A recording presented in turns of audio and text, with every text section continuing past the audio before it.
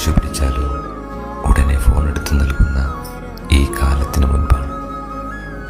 പൂച്ചയോടോ കോഴിയോടോ വീട്ടിലെ മറ്റു വളർത്തുമൃഗങ്ങളോടോ മിണ്ടിയാകും അമ്മ ഊട്ടുക.